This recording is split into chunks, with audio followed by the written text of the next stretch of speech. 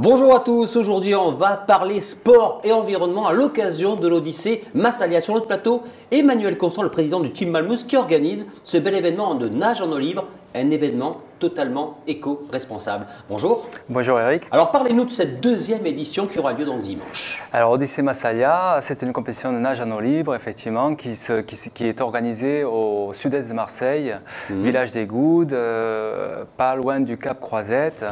Ouais. Voilà, donc l'idée si vous voulez c'est un départ et une arrivée à la Hanse de la Maronnaise. Oui.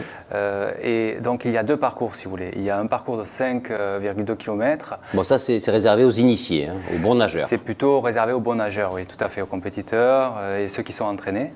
Et là, ils viennent de toute l'Europe, hein, me semble-t-il. C'est une compétition, oui, européenne et avec de vrais compétiteurs qui sont affiliés FFN, Fédération Française de Natation, et qui viennent quand même pour faire du podium. Bon, dans un site magnifique, hein. On va en parler un peu. Dans un site qui est exceptionnel, au cœur du parc naturel des Calanques.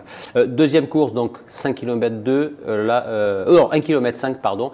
Donc ça, c'est réservé à toutes sortes de nageurs. C'est réservé à toutes sortes de nageurs, y compris pour ceux qui s'entraînent pour les triathlons, pour les triathlètes, pour les débutants et aussi pour ceux qui veulent faire le combiné, parce qu'il y a possibilité de faire le combiné. C'est-à-dire on peut faire le 5 km et une heure et demie après, on lancera le départ du 1 km 5. Bon, c'est pour ceux qui sont vraiment en grande forme. On va parler on va parler de la démarche éco-environnementale, éco-citoyenne, ce que vous voulez, de cette course qui est quand même unique en son genre. Oui, si vous voulez, c'est l'Odyssée Massalia en fait, pour la Team Malmousse, parce que c'est l'association Team Malmousse qui organise cet événement. C'est un peu le point d'orgue, si vous voulez, de tous ces bénévoles. Tous les bénévoles, il y a plus de 120 bénévoles d'ailleurs, je les remercie ici sur ce plateau de venir si nombreux dimanche.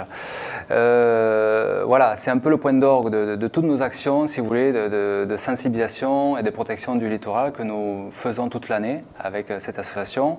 Et donc, pour garder notre identité, pour avoir une certaine cohérence vis-à-vis du parc national aussi, nous organisons un grand nettoyage après le départ du 1 km 5, ce qui veut dire que tout le monde sera là, le public, tout le monde va ramasser, tout le monde va y participer. Voilà, tous ceux qui voudront, il n'y a pas d'obligation. Tout ce qui va entourer la course et a aussi une démarche, une démarche écologique. Hein, oui, c'est ça, parce que nous avons beaucoup de partenaires. Si nous sommes là, et si on arrive à être visible, c'est parce que c'est grâce à nos partenaires.